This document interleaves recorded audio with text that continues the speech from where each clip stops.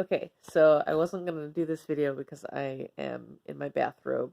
I'm not even dressed yet, and I look a mess. I don't have any makeup on, whatever. So I just got notification that I got the grant. I'm so happy.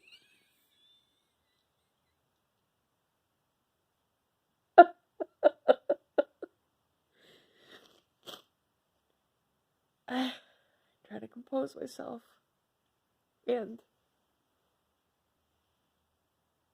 articulate what I'm feeling right now.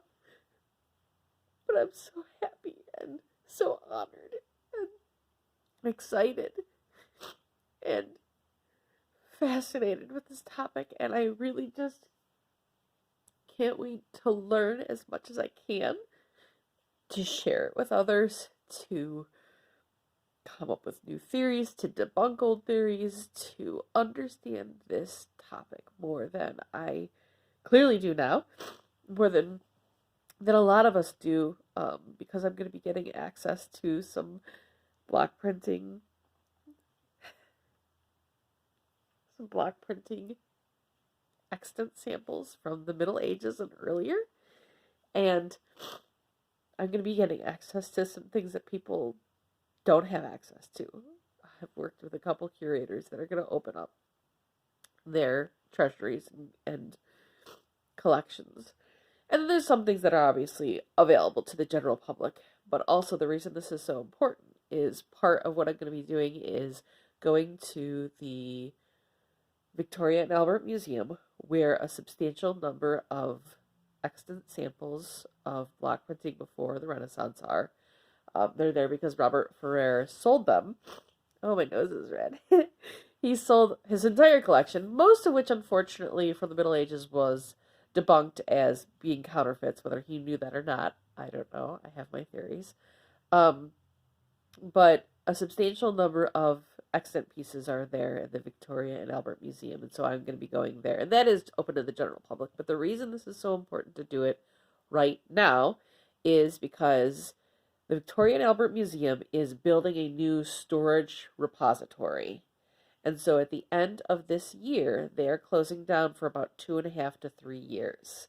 So all of the stuff that is in storage, many of these pieces are going to be unavailable for the next 3 years. So while it wouldn't have been the end of the world, certainly in the grand scheme of time, 2 or 3 years of research delayed, obviously this is an area that I'm becoming much more excited about and passionate about, and the possibility that me being able to save up for this trip and go the next couple of years was put off because it would have been closed.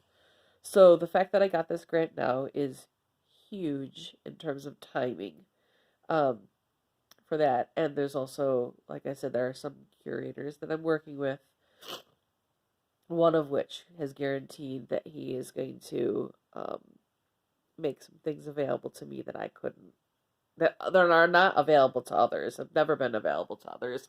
Firstly, because they didn't know they had it until I contacted them.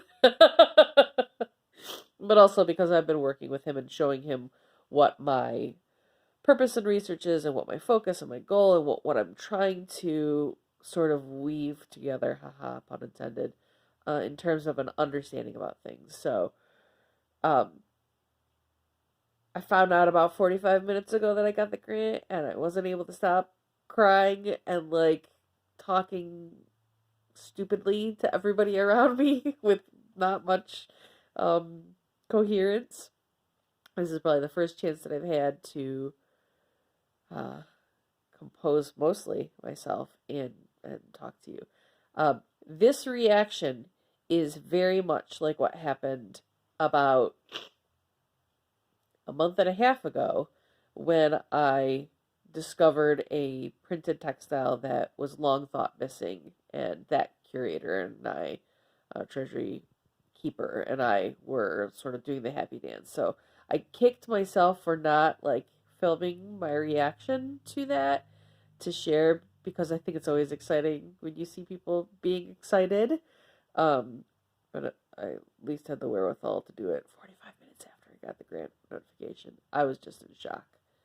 Shock. as a grant writer, I know how hard it is to get grants. Not because they're trying to keep everybody away from the money, but because A, they want to make sure they want to be good stewards of the money. They want to make sure that the money they give out is actually going to be used what it's intended to be used for, and that something comes of it. So like, okay, great.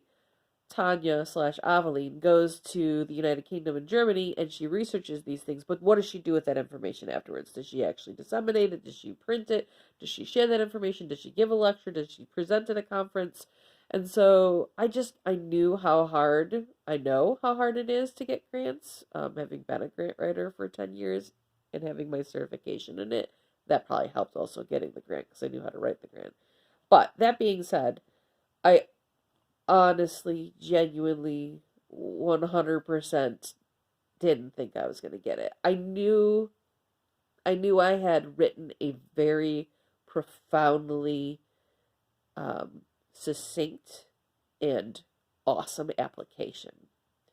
But I thought, you know, to those in academia, I am a housewife who runs a little business out of her home, who likes to put paint on fabrics, and I was afraid that I was not going to be taken seriously. I was afraid that I don't have a CV, right? Like they asked me for a CV and I'm like, went to college in the 90s. Never been published before. Certainly none of that stuff. But okay, my battery is almost dead. I'm sure I'll come back and make more sense, but this was like the about as close to raw and unfiltered reaction that you guys are gonna get. Bye.